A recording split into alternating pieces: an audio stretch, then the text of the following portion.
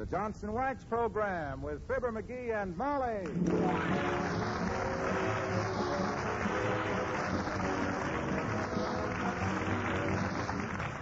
The makers of Johnson's Wax products for home and industry present Fibber McGee and Molly with Bill Thompson, Gail Gordon, Arthur Q. Bryan, Bea Benaderet, and me, Harlow Wilcox.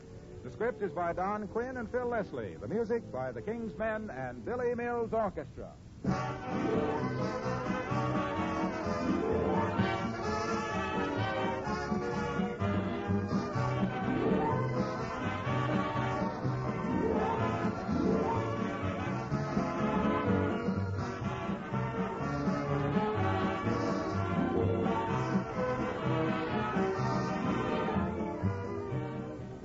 Isn't it a nice feeling to have the dishes done, the kitchen tidy, and nothing to do but sit back and enjoy yourself? Was it much of a job to leave the kitchen floor clean and sparkling? It was no trouble at all if you're one of the millions of women who use Johnson's Glow Coat. That's the beauty of Glow Coat. You just wipe your floor with a damp cloth or mop, and all the day's dirt and spilled things disappear like magic. And it's so easy to apply that protective film of Glow Coat. There's no rubbing or buffing. Just pour some on the floor, spread it around, and let it dry. That's all there is to it. Glow Coat shines as it dries, without streaking, leaving a lovely, smooth sheen. The attractive colors in your linoleum are restored, and the bright patterns stand out like new again. Your linoleum lasts much longer, too, because Glow Coat gives such a wonderful, tough protection. Try it, won't you? And be sure it's the genuine Johnson self-polishing Glow Coat.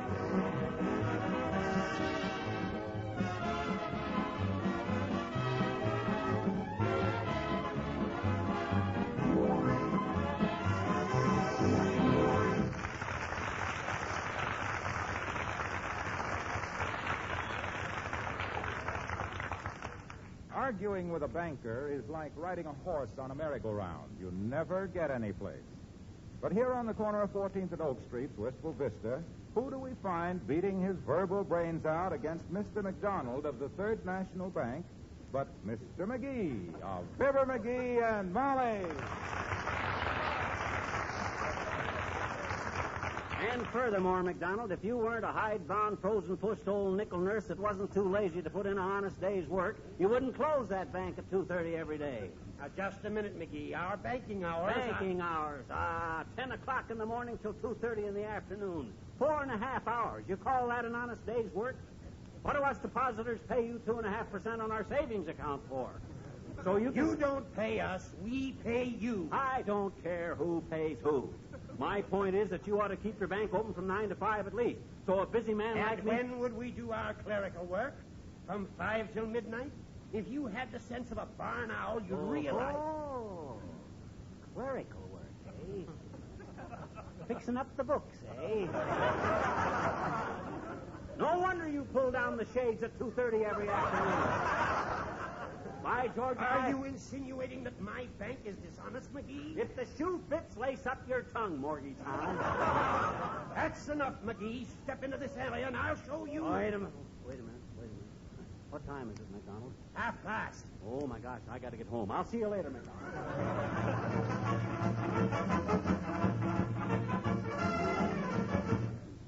And what did Mr. McDonald say when you started to take off your coat, dearie? He ran like a rabbit. One more word out of him and I'd have slapped him into a Peruvian debenture. Say, McGee, I almost forgot. Huh? While you were gone, Red Cross headquarters called up. Oh. You are the captain for this neighborhood. For this neighborhood? Sure. You mean they didn't make me chairman of the whole Wistful Vista Drive? Why, those ungrateful, short-sighted... No, dearie. You know they have the same chairman every year. You mean...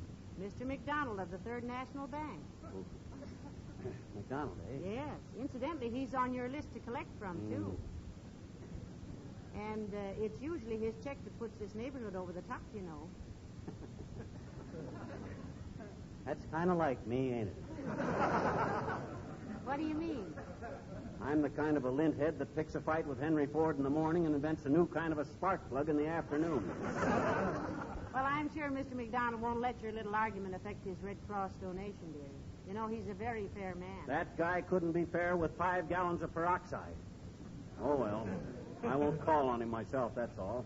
I'll have one of my insubordinates do it. Mm-hmm. By the way, how many workers am I in charge of?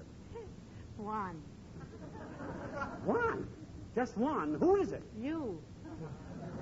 Me? You mean I got to work this whole neighborhood all by myself? And I got to call on old McDonald? Why, my gosh, I won't... Come in. Oh, hello, Dr. Gamble. So nice to see you. Hello, Molly. And good afternoon to you, leak cheek. Good afternoon, Doctor. Mighty decent of you to stop in, sir. Won't you sit down, Doctor? Excuse me, I must be in the wrong house. Don't be alarmed, Doctor.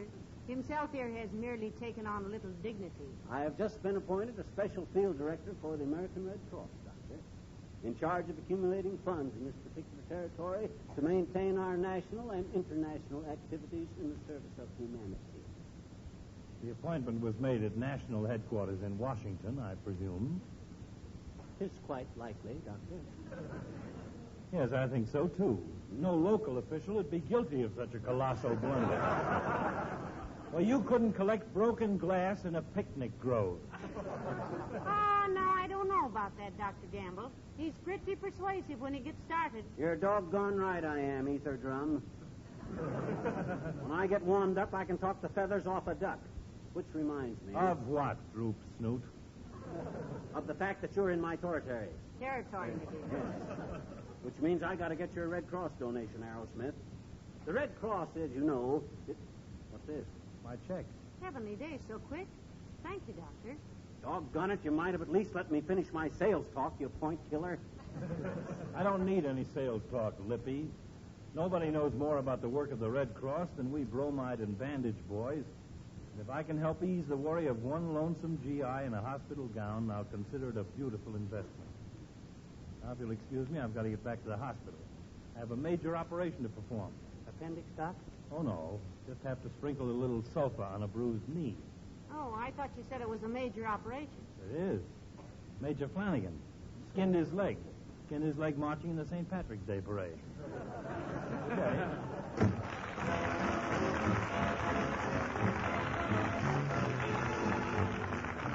Billy Mills and the orchestra and Laughing on the Outside.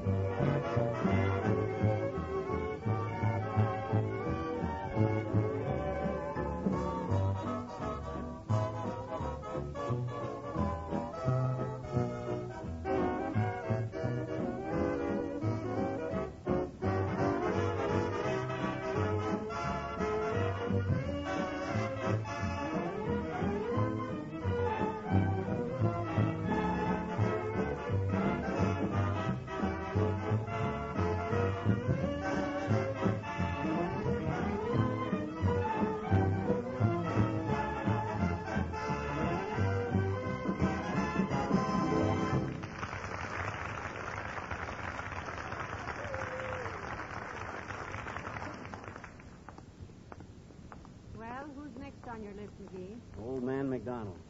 I'm going to skip him till later. Why? Do you think your little argument with Mr. McDonald will affect his donation? Affected? That guy wouldn't donate me his used pipe cleaners. Oh, wait a minute. Here's one of my prospect lists here. Now, let me see. Madam, I am neighborhood captain for the Red Cross and I'm calling for your donation. times of disaster, flood, or famine, the American Red Cross is Jerry at their at-home. The Red Cross is your representative in its work to relieve the suffering of humanity all over the world. And I... Yes, what's on your mind, kid? Well, heavenly days, it's the old-timer. Hi, old-timer. Look, I represent the Red Cross, and I'm here to... Hey! Oh, the Red Cross, eh? Great little outfit, the Red Cross. Cutest nurses in the South Seas. When I was out there with the Seabees, Now, please, Mr. Oldtimer. We're here for your donation. Yes, you'll appreciate the fact that the Red Cross still operates almost 650 servicemen's clubs. Germany, France, Japan, and all over the South Seas. The war hasn't ended for the Red Cross. Hey!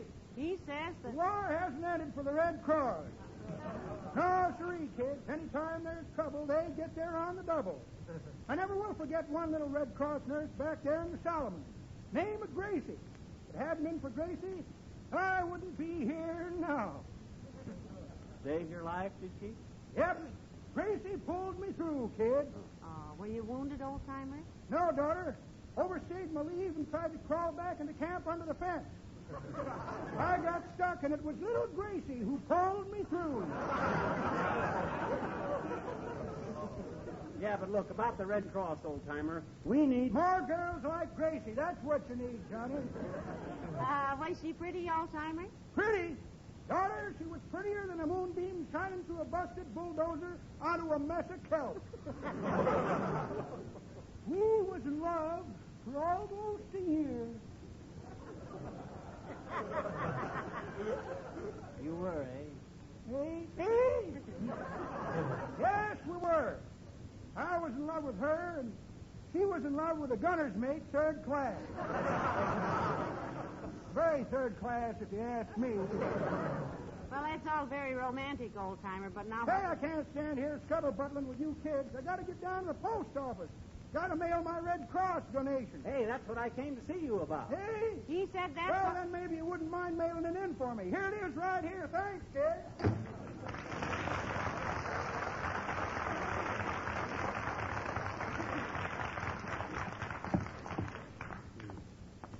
Well, you don't get much chance to practice your sales talk, do you, dearie? Ain't it disgusting? The minute I open my mouth, somebody slaps a check into it. At this rate, I never will be prepared for old man McDonald. And he's the nastiest... Wait a minute, dearie. Huh? This house is on your list. Who lives here? Let me see. Lou Wacy. You know a Lou Wacy? No, but maybe a stranger will let you get a few words in. Come on. Madam, I represent the Red Cross in this territory. Territory. In this vicinity. The Red Cross, as you know, must raise $100 million in the 1946 drive. And, good afternoon, madam. We represent... Who you calling madam, mister? Ooh. Oh, pardon him, I'm sure. Are you Mr. Wacy? No, I'm Myrna Loy. Mr. Wacy left on the 12 o'clock rocket for Mercury.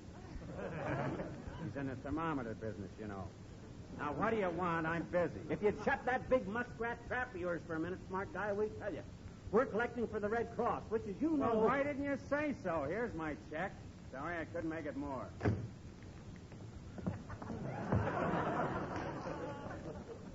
Well, we're doing a fine business in a rude sort of way, aren't we? Doggone it, don't anybody want to know why they're given to the Red Cross? Well, I think most people know about the work of the Red Cross, sweetheart. They've been doing business at the old stand for a long time now. Here's your next call, number 94. Okay, go on.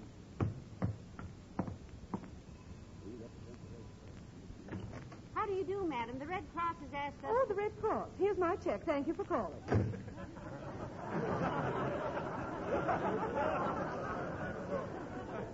You may close your mouth now, dearie. It's all over. I'm getting tired of this. Next place we go to, I'm just going to ring the bell and stick out my hand. That'll probably be the place where they have a fox terrier which is allergic to human fingers. I don't care. By George, I'm going to get in one sales pitch if I have to. Oh, hi, Junior. Just the guy I wanted to see. Hello, pal. Hello, Molly. Out for a walk? No, Mr. Wilcox.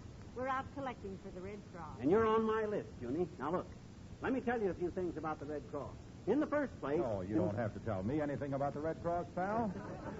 And incidentally, here's my check, all made out. What's the matter? as much as I could spare, pal. A little more, as a matter of fact. Oh, the check is very generous, Mr. Wilcox. I don't think that's what's annoying him. Well, speak up, friend. Don't just stand there and glower at me. Look, Junior, I worked very hard whipping up a sales talk about the Red Cross. And what happens?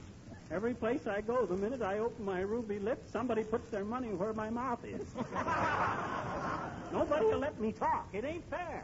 Well, maybe you've got the wrong approach, pal. Basically, all selling is the same. In the first place, you've got to have confidence in your product. Oh, he has, Mr. Wilcox. He knows the Red Cross is the finest. Now, like me with Johnson's Wax, I'm selling quality.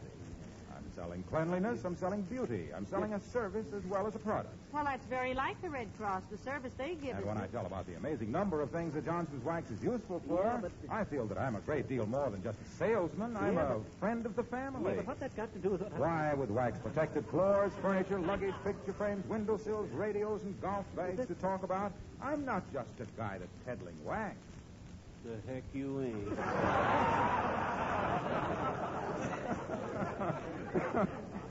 I'm a front man for civilized living. I've got a sample case full of pride and hospitality. Well, what would you do, Waxy, if every time you rang a doorbell, the door opened, somebody grabbed the Johnson's Wax out of your hand, shoved some dough into your mitt, and slammed the door? Yes. Now, what would you do then, Mr. Wilcox? Oh, that's never happened. You don't, eh? No. I never even have to ring the bell. Oh? One woman this morning came running halfway up the block to meet me. And then after she'd tried the Johnson's Wax, she wanted to adopt me. Oh, really? No, O'Reilly. But my wife didn't want to be Mrs. Harlow O'Reilly, so I didn't go through with it. See you later, kid.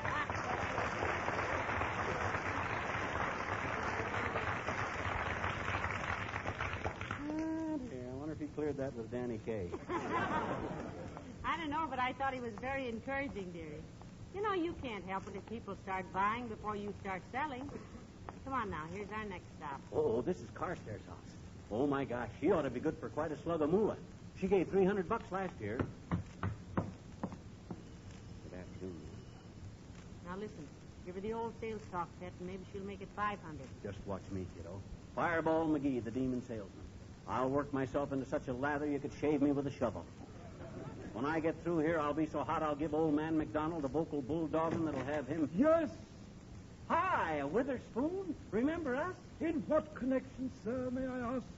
Oh, come off it, Witherspoon. Mrs. Carstairs has had us to dinner any number of times. Mr. and Mrs. McGee. I am not Witherspoon, madam. Witherspoon is no longer employed here. I am Roebuck. No kidding. Say, that's a beautiful catalog you and Shears put out. Yes, sir, I've spent many a long summer afternoon. McGee? Huh? Oh.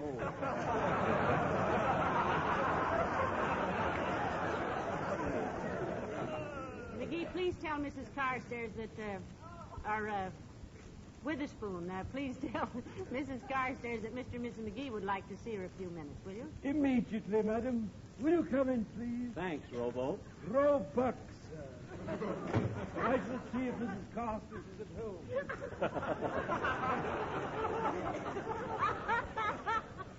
Hey, get a load of that walk, will you? He's either had military training or had his hips lifted. McGee, I'm glad we don't have a butler. Yeah? They always look like somebody had just cooked some cabbage in the next room. And I often do. Yeah. I'd always be afraid Treacher would keep us after school. However, in a stuffy old mausoleum like this, it is... Oh, hi, Carstairs. How do you do, Mr. McGee? Good day, Mrs. McGee. How nice to see you.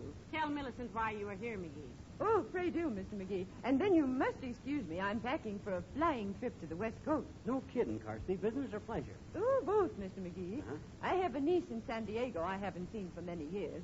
And Mr. Carstairs has an interest in a large walnut ranch. Walnut ranch? Imagine that. Have any trouble with nut rustlers, Millicent? No, my dear. But the Walnut Growers' Annual Convention is rather exciting. It is? I'll see that you get invitations to our next nut meet. Well, thank you, Millicent. I hope you have a nice trip. I'll bet you won't know your niece either, Kirsty. Kids grow up awful fast in them tropical climates, they say. Oh, I know it, Mr. McGee. I once saw an actor named Victor mature one afternoon in Hollywood. But tell me, what can I do for you? All right, McGee, now's your chance. Do your stuff. Kirsty, for a lot of men and women, the war is not yet over. And for them, the American Red Cross is the link between... Oh, I'm so glad you mentioned that, Mr. McGee. I have a check here all made out. Do you know to whom I should send it? Well, we'll take it, Millicent. That's what we came for. Thank you so much. Come on, McGee. McGee, come on, we're through. Thanks, Kirsty. Have a nice trip. Thank you. Good day. How big is the check, McGee? I don't know. I can't read it till I stop crying.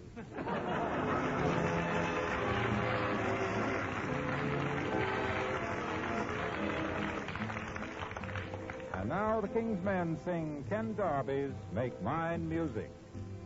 Make mine music and my heart will sing.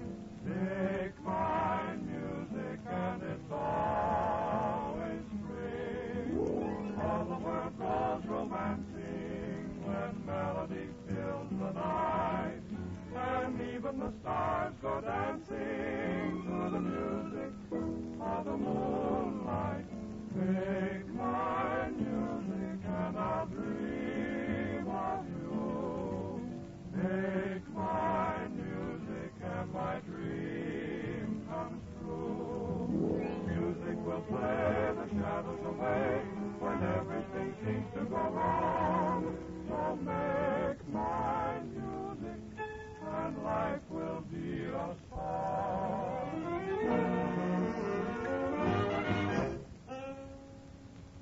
Music was made for dreaming, and all of my dreams are you. You are every note of every song I ever knew. Make my music and my heart will sing. Make my music and it's always spring. Music will play the shadows away when everything seems to go wrong. So make my music and life will be a song.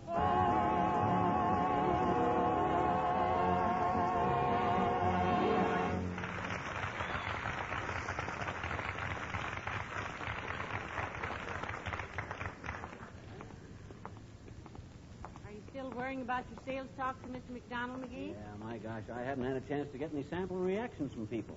And I need McDonald's big check to make my quota. Well, now, here's your last chance to practice your pitch, dearie. Mayor Latrivia's house. Oh, that's good. Your Honor, I represent the mayor from this court. Well, hello there, Molly. Hello, McGee. Come in. No, thank you, Mr. Mayor. This is just a brief business call. I'm the captain for Red Cross donations in this neighborhood, Latrivia. Good for you, McGee. Tell me all about it.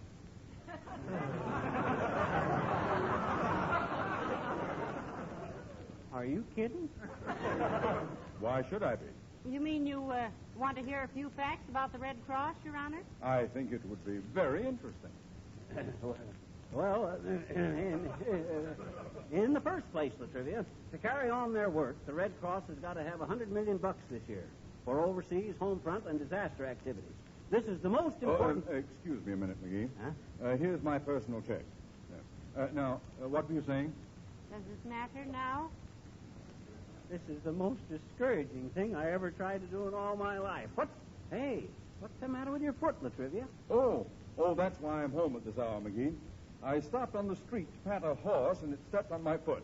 It was a big gray horse. You don't have to talk baby talk to get sympathy from us, Your Honor. Baby talk, but I wasn't. Anyway, what difference does it make what color the horse was? I didn't even mention the color of the horse. You said it was a big gray horse. But it was a big gray horse. It was a roan.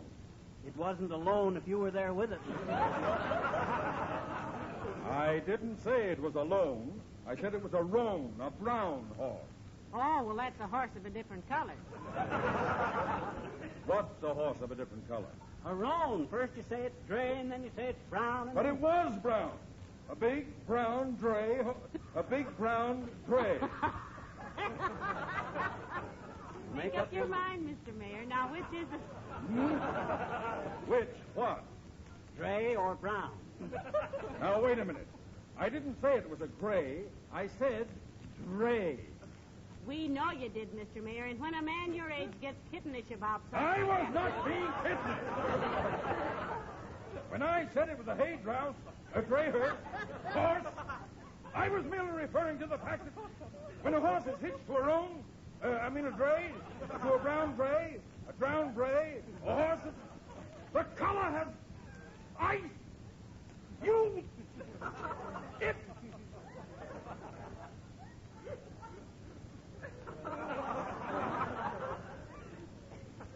McGee. Yes? There is a scale at the corner drugstore. Yes, we know that, Your Honor, but... And here are 2 pennies. What'll we do with them? Go away.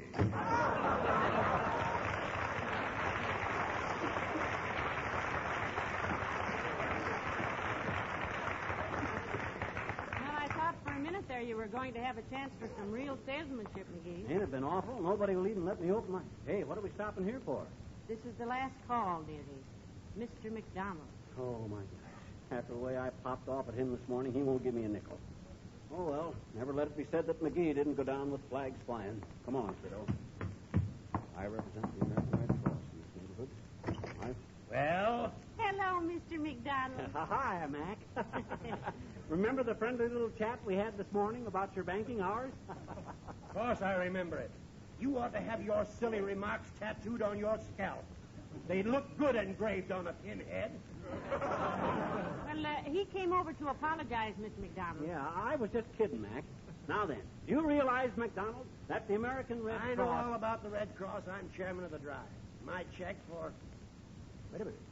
That check made out for $1,000. What did I... Oh, my goodness. I must have left it at the bank. Oh, that's all right, Mr. McDonald. We'll stop by and pick it up. You can't do that. It's 2:45. The bank's closed. What? The bank's closed at this time of day? Why, you penny-pinching public parasite. If you keep reasonable hours in that poor man's Fort Knox... No, just a minute, McGee. You don't realize... I do, too, realize. You keep your bank doors open just long enough for the morning deposits. You're so scared somebody will draw out $1.50. No. Don't you talk to me like that, you petty larceny paper snatcher. All you come in my bank for is to steal bladders. Fill your fountain pen. And when you come Now, just a darn minute, McDonald. Oh, this is ridiculous.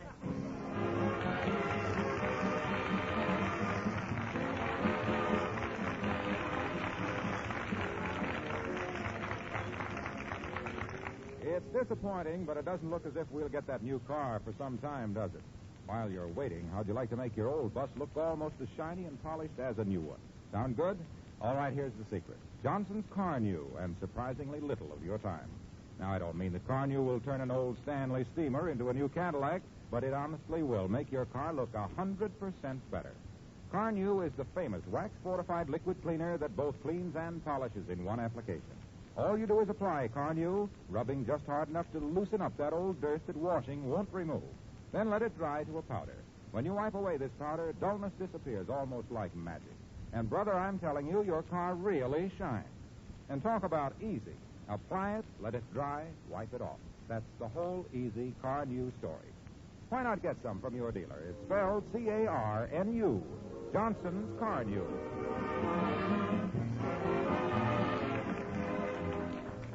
Ladies and gentlemen, I don't think we have to give you any sales talk about the Red Cross either. So we'll just say give generously to them this year. You couldn't think of a better cause to save your lives. Good night. Good night, all.